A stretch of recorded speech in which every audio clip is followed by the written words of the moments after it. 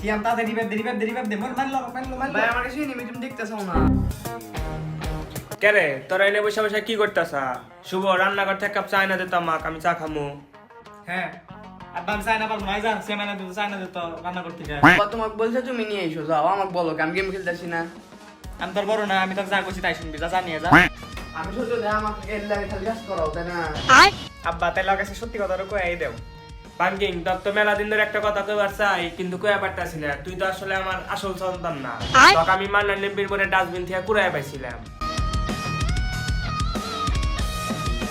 নাও তা নাও।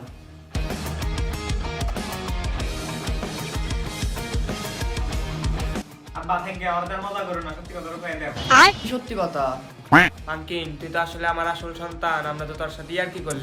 কি বলো, আমি না একটু আগে তোমাদের চাই বিষ মিশিয়ে দিছি।